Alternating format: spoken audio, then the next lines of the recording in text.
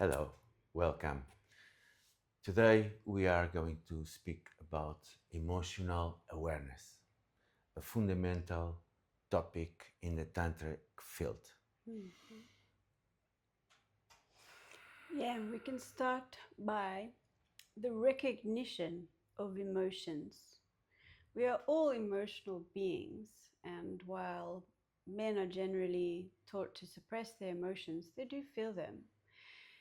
And when we can recognize the emotions that we feel, we can allow them to move through us.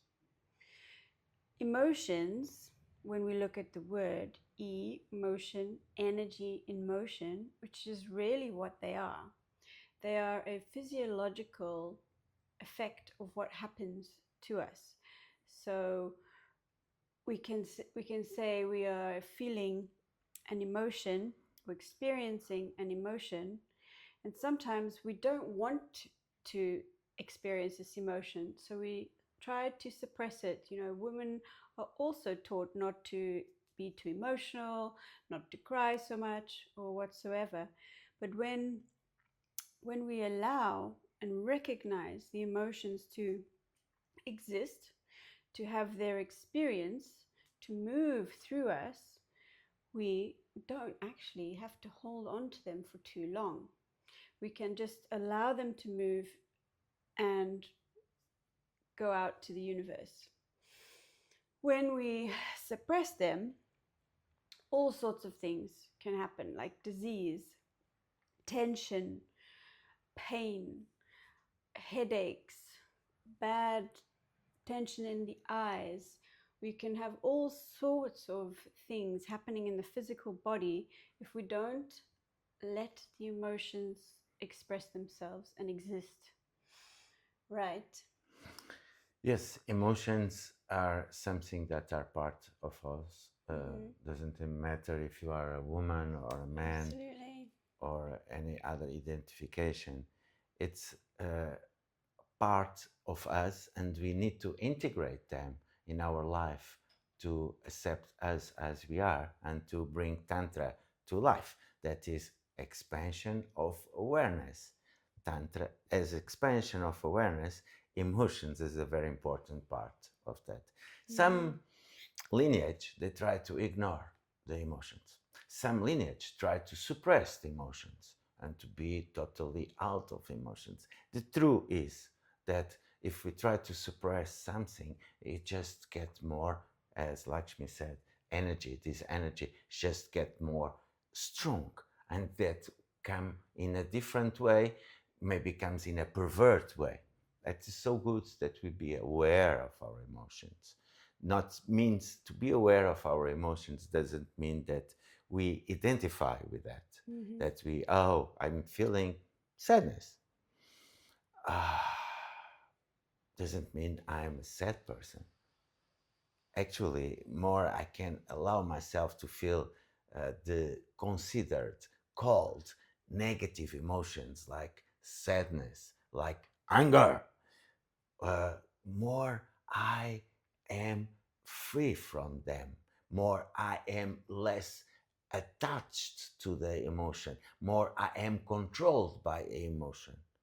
And also, more I am aware of my own emotions, less I project on the others the emotions. I project on the other the responsibility of my sadness, or project my anger to the other. Even Mm-hmm. sometimes the anger can be a very healthy emotion to express boundaries when they are being crossed, like to clearly set the boundaries. But we have different practice with emotions to be aware of them. That means we can contain the emotion, to feel it in our body, to look what is behind the emotion, and to learn from the emotion. Emotion at the end are just pure energy that might fuel us, that give energy to us to get more in contact with life, with ourselves and with the reality. Mhm. Yeah. Yeah, so in everyday life, we will have many different experiences and people will trigger us. And um, Ashik was touching on a very important topic of projecting your emotions on other people, especially anger. Anger is one of those emotions that are thought of as bad, but like you said, it's such an important emotion to experience and to not suppress. Because if we can allow that anger to come out in a healthy way, for which there are many tools to do that, ways of doing that, we can allow that energy to move and not stay stuck in the body. And it will give you such an immense amount of energy and life force, creativity, and expression if you can allow yourself to healthily express anger, but not on another person. When we are in a situation in daily life, for example, you're in a meeting and somebody really triggers you, or you're you're in some situation where it's not appropriate to release your anger in a healthy way or in an unhealthy way, instead of suppressing it, we acknowledge, we recognize the emotion, and we contain it. So you hold that emotion, and then you make an agreement with yourself to find a place to release that emotion. So maybe you get home, or you go to the bathroom, or you go to a place where you can healthily express that emotion. If it's anger, you can maybe scream, you can push the wall, you can beat pillows, you can stamp your feet, moving, you can make sounds, like allowing yourself to scream, allowing yourself to allow some of that roaring sound out of you in a healthy way. And then you will see, after you've allowed that totality of the emotion to exist, you will feel a state of bliss. And then just take a few moments to really allow yourself to feel that space that's been created after you've released that or allow that energy to exist. You will feel so fantastic. So we're taught so often in life to not feel, to numb ourselves, and we're consciously, unconsciously numbing ourselves every day. And that is almost cutting us off from here. So we're living so much in here. And then we develop illnesses, cancer, chronic pain, and we don't know where they come from. By practicing Tantra and emotional awareness and meditation, like we've been talking about, we give space to all those things happening in our body. We reconnect our awareness into the body. Yeah. Yeah. The secret is one, to connect with ourselves, to connect with our body, to experience by ourselves, to get aware of the possibilities that to feel, to really feel in our body uh, what we are feeling, and to take responsibility for that, bringing awareness, expanding, as Mm. Tantra means, expanding our awareness. But it's all about how you experience that, Mm. how you can awake up yourself by your body, by your experience, being your own guru, being your own teacher, Mm. using your body on that. That depends from culture to culture, because there are some cultures that also they don't allow the happiness, the aliveness to be expressed. That's too much. It's too much. It's there is cultures. It depends of the culture that you are hearing. Maybe you feel that, oh, this is more my culture. This is in other culture might be different. Maybe in one culture is not the sadness, like in my culture, boys don't cry. Boom. you don't express your sadness. Or in my own culture also, when you are a kid and expressing your energy, your life force energy that connects with your genitals, with connects with life, with creativity, it's too much. Also other cultures are like happiness, it's too much, too much. Mm. This guys or this person is too much, is too much, it's too much energy. And we have to have a respect for ourselves, for our being, and to create a space, as Lakshmi said, to to feel. To feel doesn't mean we can express the, I'm going to take Uber and the guy doesn't stop. I don't need to start to take rocks on the car of them. But maybe I'm feeling a big anger because I was waiting for him. He wrote that he's coming, and then he arrives and he just start to go in front of me. I need to go there. I feel the frustration. Maybe I start to feel deeper that I don't need to, as I said, to throw rocks, but maybe I need to be aware, to feel that. And maybe also I need to move the energy. I need maybe to move the energy because trauma, it's basically energy stuck in the body that needs to be moved, and to allow naturally the energy to move. It's the process of taking that energy stuck there to making the energy starting to be in motion, starting to flow in life.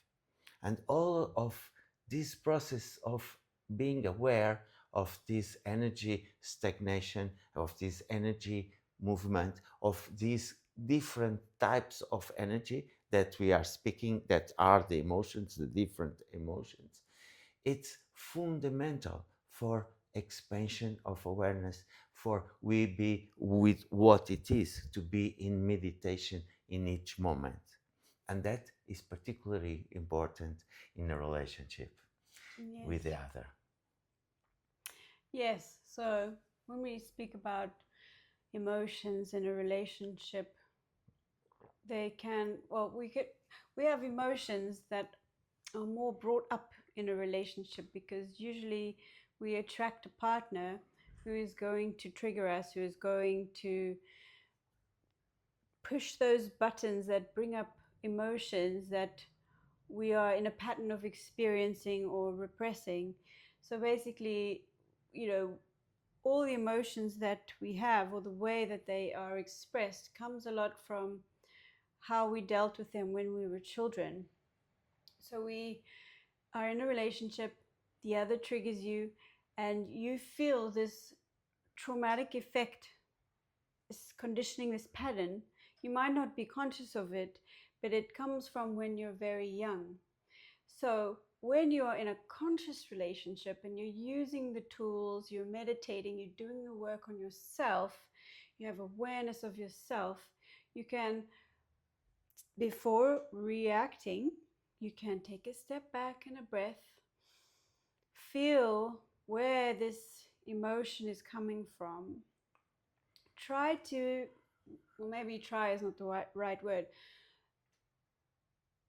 but be aware, acknowledge, recognize that emotion, and allow it to come up and express it in a healthy way, not vomiting on your partner, not blaming them, pointing fingers, because usually a trigger, pretty much 100% of the time, it's not about your partner.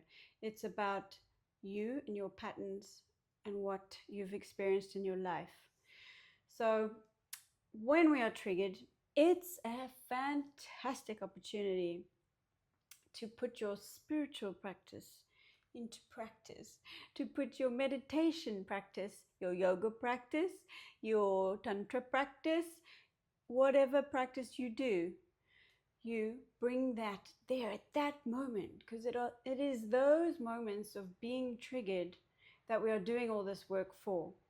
if we can become so aware of our triggers, acknowledging them, like we said in the previous video, your patterns are not enemies. They were useful, they were developed for a reason. So now we see, okay, this is that pattern that was keeping me small, keeping me protected, or for example, or it's a pattern that showed my strength, or it was a pattern that helped me heal from betrayal of my parents, whatsoever. But those triggers are the moments of magic. They are opportunities to go inside and to acknowledge you on your path and where you've come and how you attracted this into your life. So breathe deep when you're triggered. Be expansive. Don't contract and like, oh, why is this happening to me? I'm such a victim. He's such a asshole or whatever. You like, okay, this is happening. What is it in me that is bringing this? Why am I feeling so much anger and rage? But without placing too much mental thought onto it, and then be like, okay, I'm feeling this. I'm allowing it. If necessary, you go to another room and release it. You can also talk about it to your partner, like, I'm feeling this. For example, maybe talking and explaining will help you let that emotion. Maybe by talking about it, you will allow sadness and tears to come and let it happen. Let that emotion move. Let it experience itself through you. Yeah, emotions are really precious for the relationship, and we attract the partner, the right partner, to do the right triggers on each of us, to have the opportunity to look at aspects of us that we alone don't see. We are speaking about an intimate partner, Mm-hmm. but also can be a brother, a sister, a very close friend. They trigger us inevitably. Inevitably, if there Mm-hmm. is a, a strong connection, they will. But the difference is that somehow, with a good friend, we can hide a little bit. I can go and to say, okay, next 2 days I'm not going to have lunch with you because I'm very busy doing something. With an intimate partner that we live together, that we work together, that we are together lots of time, it's very difficult. We cannot hide all the time and then what we see ourselves, and that's a big opportunity to get more awareness about our emotions and to develop what is the fundamental thing, that is emotional intelligence. And this is very important, not only on the relationship side, in an intimate relationship, with a friendship relationship, with a family, also with work. But because you see, oh, the best students at university are the ones who got more success in life, who got more achievements, who got more. No, it's clear. You see that in all the statistics. Why? Because maybe the ones who had a strong emotional intelligence, the ones who had other empathy, who are the ones who could manage better their emotions. And manage is not suppress. Manage is to be aware. Manage is to know what is mine and what is the other, about what is the emotional boundaries between myself and the other. That are the ones who got more success in life. That means if you want to have more success in your work, maybe you have to look better about your emotional intelligence than your abstract intelligence, than your knowledge about subjects that are in your work. And the thing is to look better on your emotional intelligence. It's a very, very important aspect, because we are in Tantra in expansion of awareness. That means we are not only in the relationship. Mm-hmm. We are in the different fields. We are in our creativity, in our capacity to express in the world what we think, what we feel, what we want. This is that ability, that life force energy can be really get stagnated by emotions that are not being aware, emotions that are not being in a movement. And that is fundamental. Fundamental is a precious tool, instrument that we might have in our life, given by Tantra also. Mm-hmm. Hmm. I can add also that with a not identification about the emotions, it's like we are not also identified our with our thoughts, but to bring that to the meditation, to Mm-hmm. bring that to the moments that we are in silence and to allow the emotions to come. As Lakshmi said, maybe we can come in silence and tears come. We can be in connection with the other and to feel a anger that we cannot understand. Mm-hmm. These emotions, if we get aware of them, if we if we embody them, they give us power. They empower us. Mm-hmm. To have emotions, it's not to get weaker. We all have emotions. To repress emotions, it's what we get weaker because we spend energy in repression the emotion. If we are aware of the emotions that we have more knowledge, we have other wisdom about ourselves and the world. That means we are more empowered with ourselves. We are more responsible for our life. We are not justifying what we feel by the others. We are bringing that power back to our core self and to ourselves. Yes, I want to touch on what you just said there about the amount of energy that it takes to suppress emotions. Just imagine how much energy it takes to suppress anger. Imagine, like, well, you don't even need to imagine. You can think of a time where you were so angry and that you just didn't want to feel angry. The amount of times that I have shamed myself for feeling anger and, suppressed it, it's exhausting.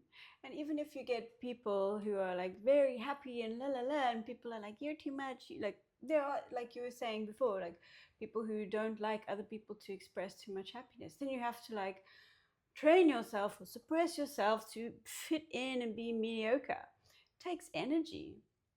And we are energetic beings. Everything around us is energy. And how we use that energy is how we live our lives. So if we are cultivating the energy and using the energy in healthy ways, we can have a really joyous and abundant life. But suppressing causes contraction, which shuts you off from life force energy.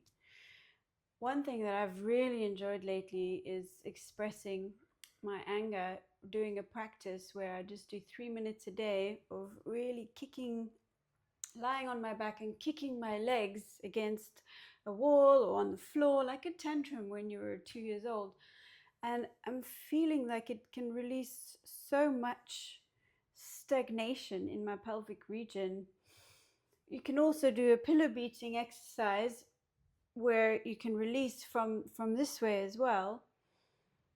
But I found that releasing from the legs has been really good for me. So what we are inviting you to do is to experience your emotions, to find ways that your emotions would like to be expressed, and to not follow, oh, somebody said I should do like this, and oh, I have this emotion and this is the way to release it. No, everybody is different.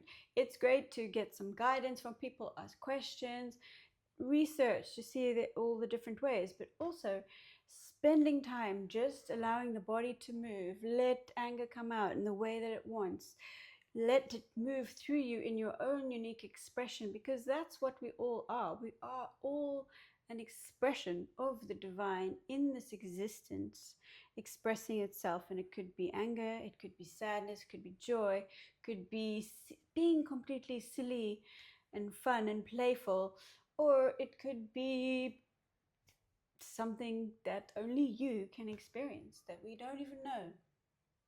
So that's the beauty of being alive, is that we are all a unique expression of existence in this form. And there's not one way to do things. I can just share my experience with you, because for me it was so liberating, and I still do it when I can. I can do it at any time, but in a controlled environment, in a safe environment where I feel safe, where I can allow my energy to move through me. And for me, that is healing. Yeah. Yeah, and to bring that experience to yourself, to test by yourself, to see which of each tool works with you, Mm-hmm. but maybe remembering the three keys of Tantra, to Mm-hmm. bring them on the expression of the emotion. It's to be aware of your breath, one, fundamental. Mm-hmm. Second is to observe the movement of the body, to not be, as Lakshmi said, stagnated any part of the body, to allow the energy to move in the body, physically on the body. And sometimes in the beginning, it's not so easy because we are blocked, Yeah. we don't breathe, we don't move. To open the mouth, Mm. to allow the air to come in, to go out, to be aware of that, with together feeling the emotion, whatever it is. It maybe it's a sadness, Mm. and come the third key. First key, the breath. Second key, the movement, and the third key, the sound. To Mm. allow the sound to come. Especially as men, we are very blocked on the sound when we speak about emotions. And we speak a lot about abstract things and concept things, and we can really express things. But when we uh, when we allow these raw sounds to come, Mm. to be released, to be in motion, to be connected with our awareness, something amazing might happen. And it's very important, the safety, Mm. to be in a safe environment, to be aware, to not hurt ourselves physically, to not hurt ourselves psychically, and to not hurt the others. Fundamental to be aware of the limits between us and the others in any expression of emotions. A good example is like the other to be on service. I feel so much uh, love for you that I allow you to express your anger that you spoke just now in a pillow in front of me. You can look at me, and all the anger that you have with eventually with me because I told that we go to dinner out and I stay writing my book for 3 hours more and I forget the world exists. And it's natural, maybe trigger some time that she was on the school and the father didn't come, whatever, and comes the anger. And instead of, okay, it was nothing, I understand, because it's so important that you write your book, you feel so alive in that, you want to transmit your creativity. That's mind. It's true, it's rational. And I Mm. know that my father could not be arriving there, and I know the story about it's, drop all that. Just Mm. put a pillow and I'm in front of you in service, breathing, and you are beating the pillow, allowing the sound to come. The movement is there, the breathing is there, not hurting yourself, not exaggerating on the expression, to allow to really feel the emotion behind, to allow to that heals inside, to allow that integrate the emotion in yourself, to integrate that energy in yourself, that story that come from the past, and this story that is present, that triggers the story in the past, to give with lots of gentleness, lots of love to yourself, the possibility to heal that, to not get stuck on that. Or as a man, it's so good to allow myself to cry in front of my beloved, because it was difficult for me to cry. And I could start to cry alone as a man, because I felt what? Shame. I was less man if I was crying. And you can say in your culture, in your own experience, that's absurd, but it's what I felt. And I respect what I felt. And in your culture, in your story, in your experience, might be a different story, but I'm sure there is emotions that needs to be recognized, that needs to be aware of them, that needs to be sometimes to move the energy, to not get stuck on that emotion. Most important, don't get identified with them, because sometimes we see people that are always sad. Oh, and their life is very sad. And they are so identified with that sadness that they can come with a branch of flowers to offer and doesn't feel anything. It comes, the sun is rising beautiful, the ocean is there, amazing, and I'm still very sad. And also, the happiness. Happiness, it's an emotion that many of us are addicted. I want to be happy, happy, happy, happy, happy. And when I'm not happy, oh my God, that's horrible. Instead of understanding that we are a complete beings, that we have all the emotions, that they flow. Sometimes we have this one, sometimes we have the other emotion that come and they go. And also, if we are aware, maybe we see, oh, maybe I'm a hunger guy. Everything that something happened, someone do pimp pip in the car to say that I forgot, my wallet in the top of the car. And what do you want? That are so identified with one emotion that they don't give the opportunity to feel the completude, the all the panoply of panoply. It's English? No. Maybe. all the possibilities of the emotions that we might have. That is also an invitation that we have for you, that you look which emotion maybe I'm more attracted, which emotion I am more fixed, which emotion I am less living in my daily life, and to bring that awareness about your life, about your emotions. That awareness is expanding, is Tantra itself. And that connects with the meditation path of Tantra, that is to be present for what it is. Then we need to understand, to feel, to know what is, and at some time, never forget the love. The love, the other pillar of Tantra, to bring gentleness, to bring kindness, to not shame yourself, do not feel guilty because you find out that you have this or that or that. Just congratulate, celebrate yourself in each moment, in each emotion that you feel it, in each possibility to expand more your awareness. Mhm. Hmm.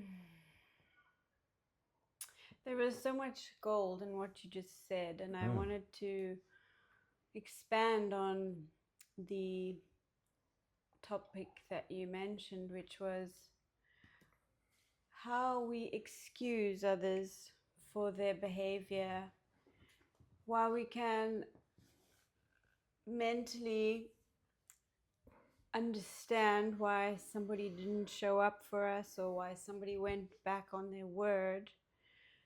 Okay, yeah, like, oh, he's busy doing his book, it's okay.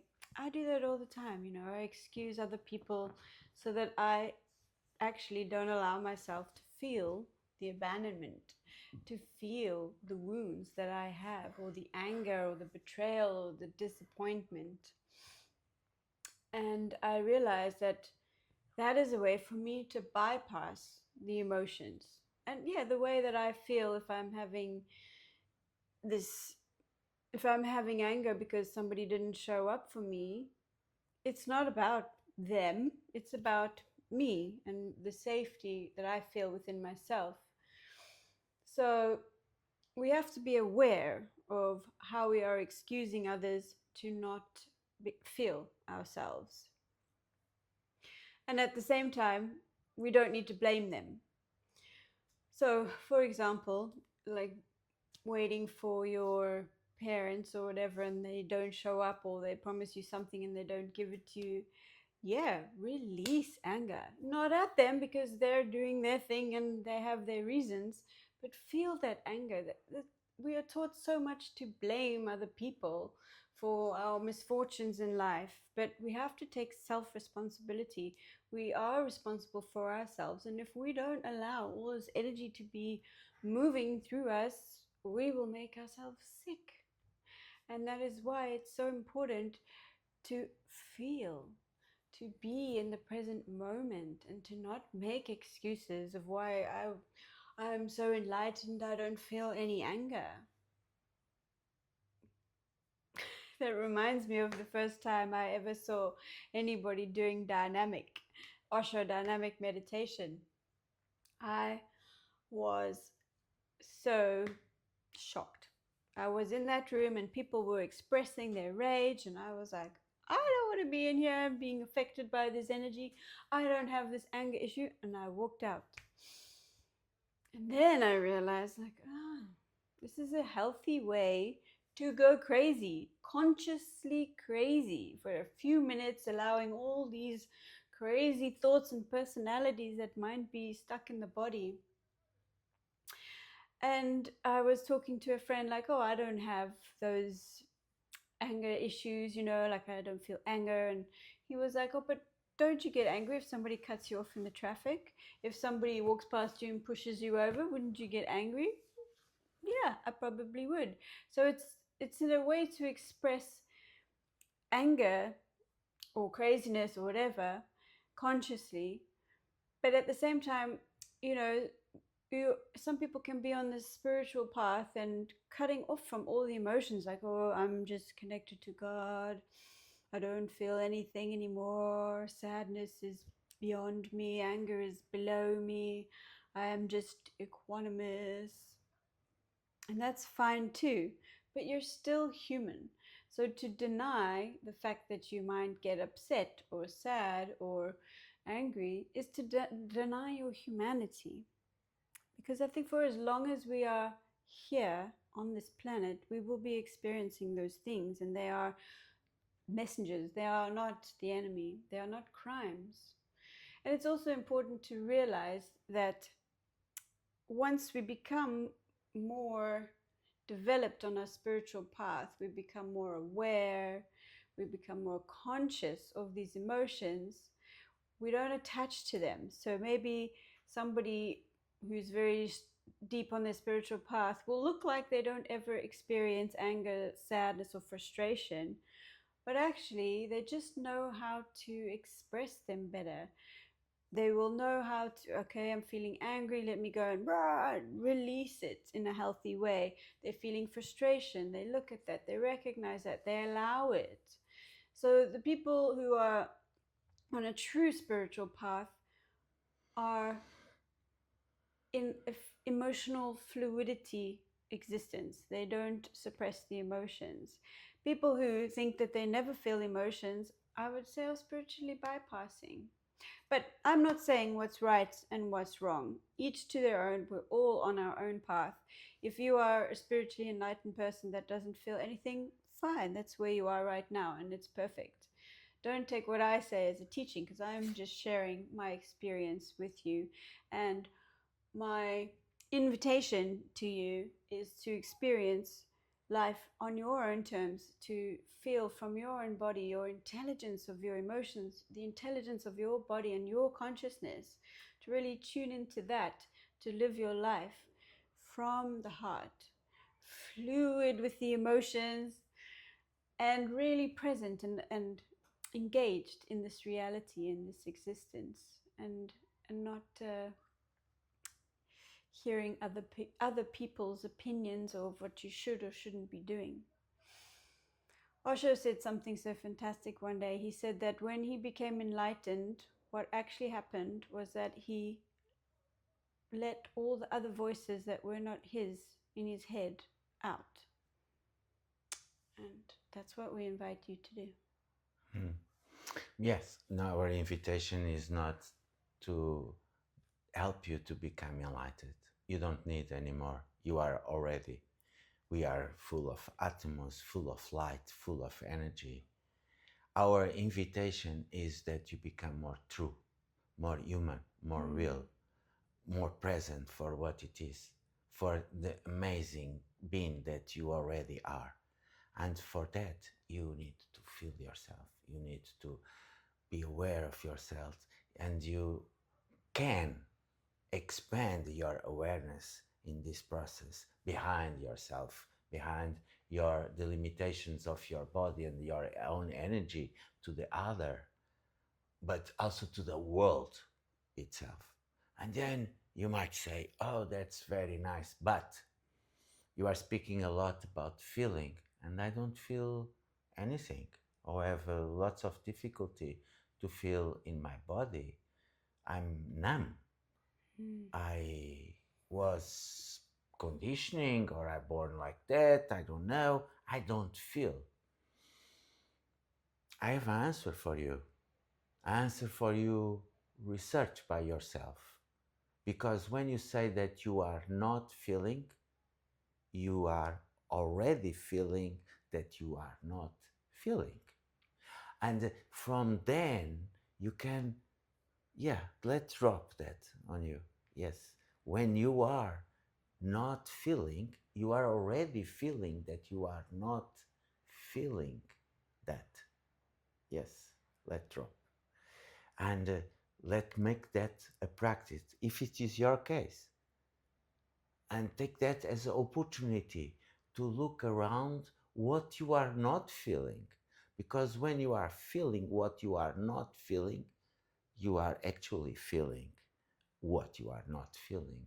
And allow that without trying to change, to, to transform, to shift, whatever. Just Mm. be there, presence, breathing, awareness, not judging, and maybe something happen because life is in emotion, is moving all the time because we are energy.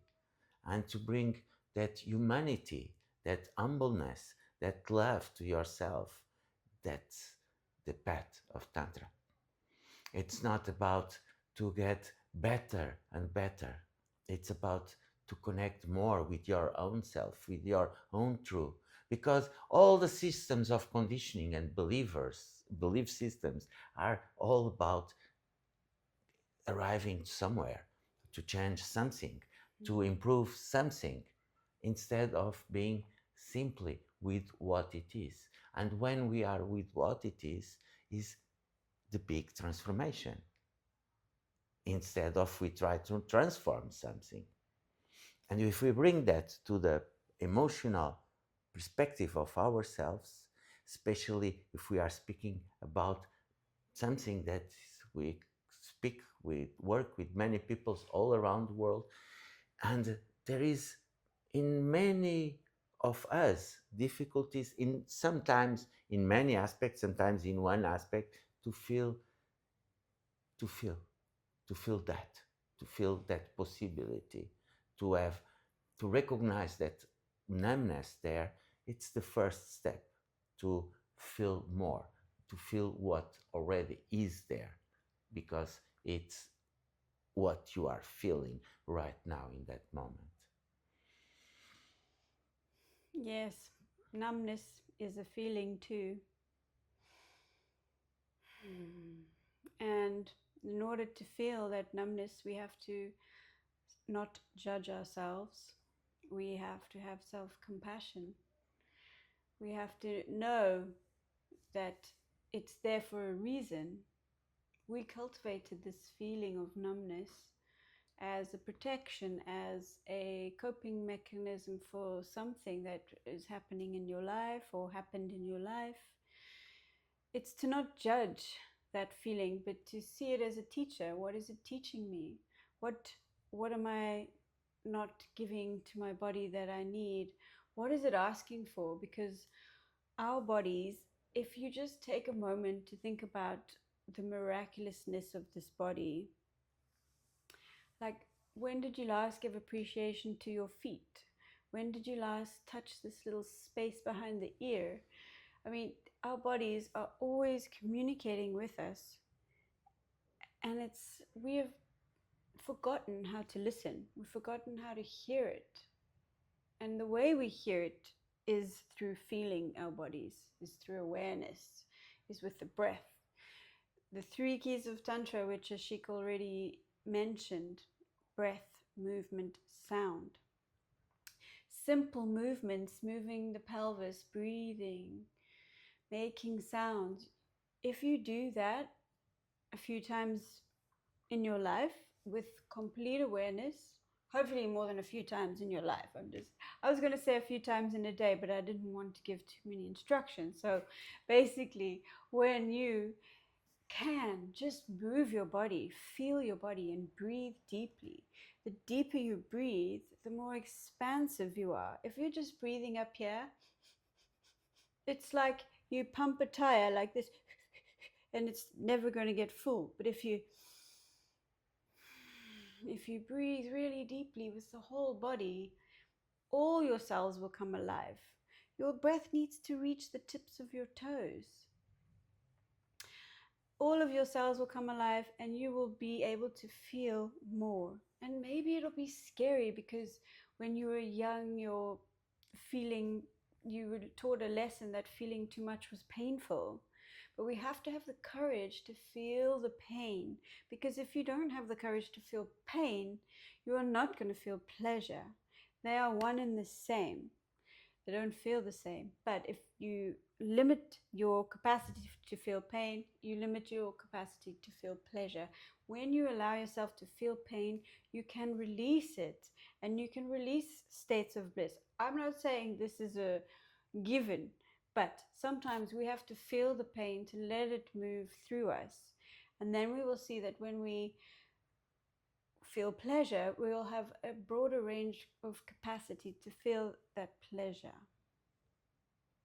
Yeah, the wounds can only be healed if they are open, if they are aware of them, if we are open to see them. Also, that courage has to be balanced with gentleness, Mm. gentleness and love to ourselves, to not try to go more than which is reasonable in each moment for us, Mm. because we risk, if we go too fast, too soon, we go back. And to integration, the integration, to give time, to give Mm. slowness, to give sweetness to our lives, it's fundamental. And it's fundamental for us men to be aware of that, because we were very much conditioning: let's go, let's go, let's do it, and doesn't matter what we feel. It's a very general worldwide conditioning that we observe, and we need to bring other aspects on us that to balance. these polarities inside of us, to integrate more inside of us all the experience, that we can go a little slower to feel more, the breath, as Lakshmi said, to allow the breath to go all way in the body.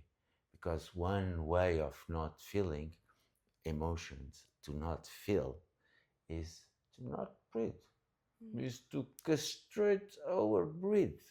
It's to limit our breath to just the necessity of survival. And in Tantra, from 5,000 years ago, there is the wisdom about prana, energy. And energy is on the air before the scientists find out the air that is here, the atoms that needs to be irrigated with air from our blood system. They knew it, the prana. And to bring that in practice in our life is to allow that air to circulate in our body, to expand with gentleness, because maybe we are feeling too much in a moment, too much for us in that moment, because it's overwhelming. And we don't need that. We need to bring gentleness. It's never too much to repeat. Love for ourselves. The first discipline in the spirituality, and is fundamental to have discipline in spirituality, is to love ourselves. Especially love ourselves when it's difficult to feel that.